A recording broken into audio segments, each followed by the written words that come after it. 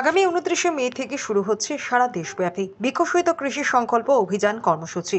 এই কর্মসূচি চলবে 12 জুন পর্যন্ত। এই কর্মসূচিকে বাস্তবায়ন করার লক্ষ্যে শনিবার এডিনগর স্থিত রাজ্য কৃষি অনুসন্ধান কেন্দ্রের প্রস্তুতি বৈঠকের আয়োজন করা হয়। উপস্থিত ছিলেন কৃষি দপ্তরের মন্ত্রী রতনলাল নাথ, এডিসির কৃষি দপ্তরের কার্যনির্বাহী সদস্য ভবরঞ্জন প্রিয়াং, জেলা পরিষদের সভাধিপতি, সহকারী সভাধিপতি, কৃষি দপ্তরের অধিকর্তা সহ অন্যান্য আধিকারিকরা। কত হয়েছে? 420 টাকা। Thank you. 420 পাইতেছে তো? তোমরাই তো বাঁচায় রাখছো, কারণ তোমরাই আসল মাঠের মধ্যে থাকো। কেমন পরিবর্তন লাগে এখন কাজ করতে? প্রস্তুতি সভা, এই প্রস্তুতি সভাতে আজকে আমাদের সাথে ছিলেন, আমার ডান দিকে যিনি বসে আছেন উনি এডিসি এলাকার কৃষি দপ্তরের মন্ত্রী আমাদের ভবরঞ্জন রিয়াং মহোদয়। আমার বাঁ দিকে যিনি আছেন ডাইরেক্টর এগ্রিকালচার। এছাড়া এখানে উপস্থিত আছেন জেলা পরিষদের সকল সভাধিপতি, সহকারী সভাধিপতি এবং জেলা পরিষদের এগ্রি স্ট্যান্ডিং কমিটির চেয়ারম্যানরা এবং রাজ্য ফার্মার্স ক্লাবের প্রধান যিনি উনিও আছেন, ডাইরেক্টর এগ্রিকালচার আছেন, হর্টিকালচার আছেন, ফিশারি আছেন, এআরডিডি আছেন, এগ্রিকালচার কলেজের প্রতিনিধি আছেন, ফিশারি কলেজের প্রতিনিধি আছে, ভেটেরিনারি কলেজের প্রতিনিধি আছে, এছাড়া আইসিএআর এবং কেবিকের প্রতিনিধি এবং বিজ্ঞানীরা আছে। আমরা 29 মে থেকে 12 জুন পর্যন্ত সারা রাজ্যে আমরা বিকশিত কৃষি সংকল্প অভিযান অর্থাৎ ভারত কৃষি জাগরণ যাত্রা বলতে পারে, আমাদের রাজ্যে নয় সারা ভারতবর্ষ আছে। উদ্দেশ্যটা হলো কিভাবে আমরা আত্মনির্ভর হতে পারি এবং সারা দেশের মানুষ 144 কোটি মানুষকে আমরা কিভাবে খাদ্যের নিশ্চয়তা প্রদান করতে পারি। মূল জিনিস অন্ন, খাদ্যে কিভাবে নিশ্চয়তা দিতে পারি এবং এই জন্য কী কী করা উচিত এবং কেন্দ্রীয় সরকার কী করছে, আমাদের বিজ্ঞানীরা কী করছে, আমাদের দপ্তরগুলি কী করছে, এগুলি মানুষকে জানানো এবং অ্যাওয়ারনেস প্রোগ্রাম। কখন অ্যাওয়ারনেস প্রোগ্রাম? সামনে যেটা আসছে এটা হলো খারিফ সিজন।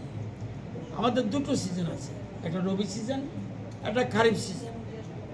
খারিফ সিজনের আগে আমাদের রাজ্যে কৃষকদের অ্যাওয়ারনেস করা, মানুষকে সচেতনতা দেওয়া যে আমাদের কি কি করা উচিত, কেন্দ্রীয় সরকার রাজ্য সরকার কী করছে, আমাদের এগ্রি টেকনোলজি কী কী আছে।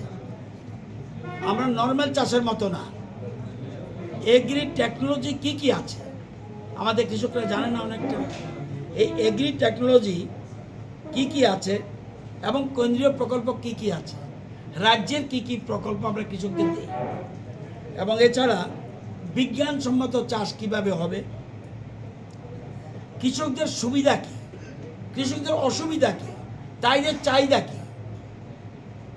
এটা আমাদের যে গবেষণা করে কৃষি বিজ্ঞানীরা ল্যাবরেটরিতে, এই ল্যাব টু ল্যান্ড, ল্যাবরেটরি থেকে তাদেরকে জমিতে নিয়ে যাওয়া, ল্যাবরেটরি থেকে আমাদের বিজ্ঞানীদের জমিতে নিয়ে যাওয়া, কৃষকদের জিজ্ঞাসা এবং আপনাদের চাহিদা কী, সেই চাহিদা পূরণ করার জন্য আমাদের বিজ্ঞানীরা কি কি করতে পারে, আমাদের দপ্তর কি কি করতে পারে, এই জন্য এই ধরনের অ্যাওয়ারনেস প্রোগ্রাম।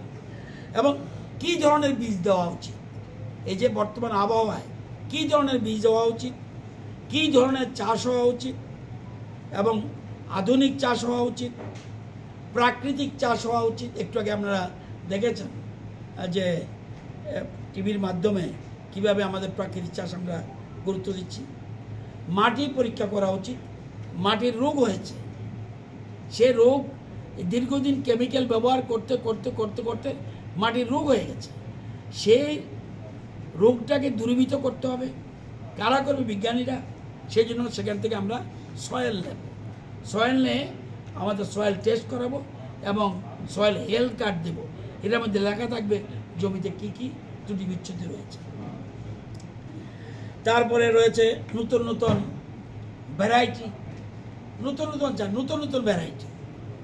এবং কৃষি এবং অ্যালাইড সেক্টরে আমাদের এআরডিডি হিউজ সাহায্য করছে। আপনারাও নিতে পারেন, এর প্রচুর সাহায্য। মানে গবাদি পশু কীভাবে করা যায়, ছাগল চাষ করলে কি হবে, আমাদের মটনে, আমরা এখনও মটনে আমাদের সেলফ সাফিসিয়েন্ট আছে ত্রিপুরাতে, কিন্তু আমরা মাছে একটু পিছিয়ে আছি। এটাকে আমরা কিভাবে বাড়াতে পারি? আমাদের 3টা জেলা বর্তমানে কৃষিতে স্বয়ম্বর, বাকি জেলাগুলিতে কিভাবে আমরা স্বয়ম্বর করতে পারি? আমাদের 58টা ব্লকের মধ্যে 30টা ব্লক স্বয়ম্বর, 28টা এখনও পিছিয়ে আছে। এগুলিকে কিভাবে করতে পারি? আমাদের প্রাকৃতিক চাষ, একটু আগে দেখেছেন কেন্দ্রীয় কৃষিমন্ত্রী পার্লামেন্টে বক্তব্য রাখছেন, বলছেন সবটাকে প্রাকৃতিক চাষের জন্য বলছি না, জমির একটা অংশকে অন্তত প্রাকৃতিক চাষ করুন। তাহলে ন্যাচারাল চাষ কি হবে? আমাদের একদিকে প্রোডাকশন করতে হবে, আবার নিজেকে সুস্থ রাখতে হবে। এই জন্য আমরা রথযাত্রা, কৃষি রথযাত্রা আমরা শুরু করছি এবং এটা সারা রাজ্যে 864টা প্লেসে, 864টা প্লেসে কমপক্ষে 1,72,000 কৃষকের কাছে পৌঁছার চেষ্টা করব। আমার ধারণা অনেক বেশি হবে। 864 স্পটে 864টা মিটিং হবে কৃষকদের প্রতিদিন, এবং প্রতিদিন 72টা মিটিং হবে ত্রিপুরা রাজ্যে।